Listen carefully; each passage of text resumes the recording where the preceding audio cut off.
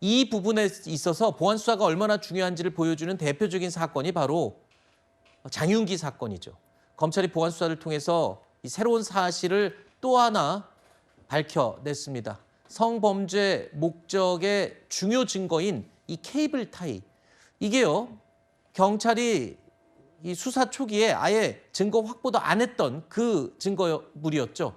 그런데 장윤기가 벌써 5달 전에 이 케이블 타이를 산 것으로 확인이 됐습니다.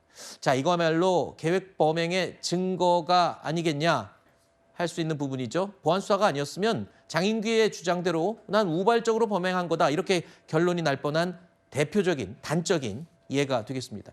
그리고요, 아까 말씀 들으실 때 어느 조직이든 실수를 할 수 있는데 이걸 잡아내려는 견제 장치가 필요하다고 했는데요. 경찰의 황당하기 그지없는 실수가 계속 쏟아져 나오고 있습니다. 경찰이 장윤기 사건을 검찰에 넘길 때요, 송치 보고서가 2차례나 이 반려가 됐습니다. 영장 신청이 2차례나 반려가 됐는데 그 사유가 이거였습니다.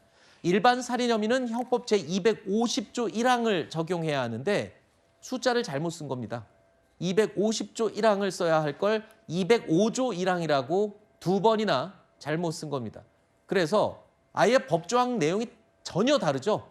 일반 살인 혐의가 250조 1항인데 205조 1항은 아편 등 마약을 소지한 것에 대한 규정입니다. 전혀 엉뚱한 조항을 적용해서 이 영장 신청을 한 거였죠. 송치할 때 전혀 다른 이 항목을 붙인 거죠.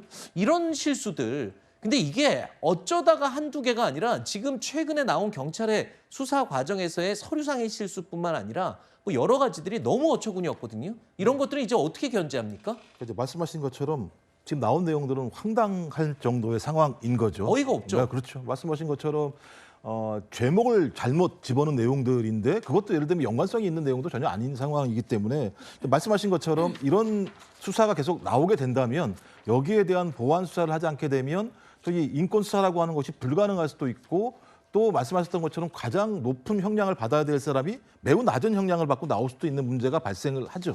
그러니까 지금 민주당에서도 이 부분에 대한 고민들이 분명히 있는 건데 수사 기소 분리의 핵심적인 내용들은 검찰이 수사를 하지 않도록 하는 것이다. 네. 그러면 보안 수사의 방법을 어떻게 할 것이냐.